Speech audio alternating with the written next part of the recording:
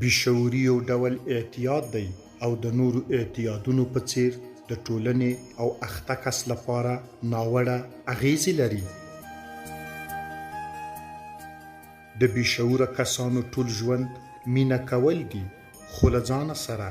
بېشعوران یوازې پر خپل ځان، خپلو خبرو، خپلو نظریاتو او خپلو وسایلو مین دي.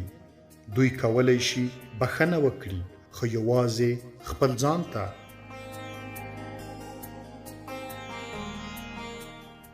بېشعوره کسان په ارادي توګه بد او کرکجن چلند کوي او له هغه ځنډ او خنډه چې په کارونو کې راولي او له هغه آزاره چې نورو ته یې رسوي له زړه خوشحالیږي. بېشعوره کسان د نورو د ویرولو او تهدیدولو له لارې خپل کار مخته وړي او که دا ونه کړای شي بیا دوکې ته مخه کوي او که دا پایله ورنه کړي بیا غوسه کیږي، چیغې وهي او د یو څه د ماتولو او غورځولو هڅه کوي. بېشعوره کسان له دې څخه ډیر ویریږي چې خدای مکړه معمولی سړی وګڼل شي. د هر کار او موضوع په اړه چې خبره وشي دوی متخصصین وي. دا یې ډیر خوښیږي چې ټوله نړۍ په دې پوه شي چې د دوی موټر د ګاونډي له موټره غوره دی. ځان یې په دې ډاډه کړی وي چې هیڅکله تېروتنه نه کوي.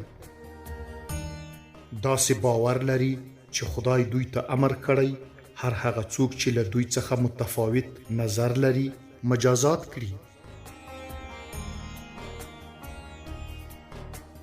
بېشعوره کسان له ساده او ناخبرو خلکو بېرحمانه او ناسمه ګټه اخلي. دوی باور لري چې د ځمکې پر مخ ټول خلک دا دنده لري چې د دوی ومني او دوی خوښ وساتي. دوی له نورو سره داسې مرسته کوي چې بیا هیڅکله له دوی څخه څه ونه غواړي. بېشعوران د هر څه پر وړاندې یرغلیز او تهاجمي حالت لري. په جګړه کې تهاجمي حالت لري، په سوله کې تهاجمي حالت لري او حتی د مینه در سره لرم په ویلو کې هم تهاجمي حالت لري.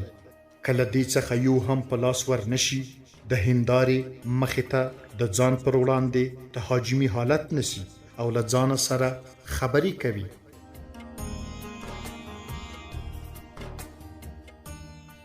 بېشعوره کسان معمولاً په دغو حالاتو کې تهاجمي حالت غوره کوي. اول، کله چې سهار له خوبه راپاڅي. دویم، کله چې احساس کړي په نورو یې تسلط کم شوی. دریم، کله چې پر دوی نیوکه کیږي. څلورم، کله چې مقام له خطر سره مخ وي. پنځم، کله چې خپل پور ادا کوي.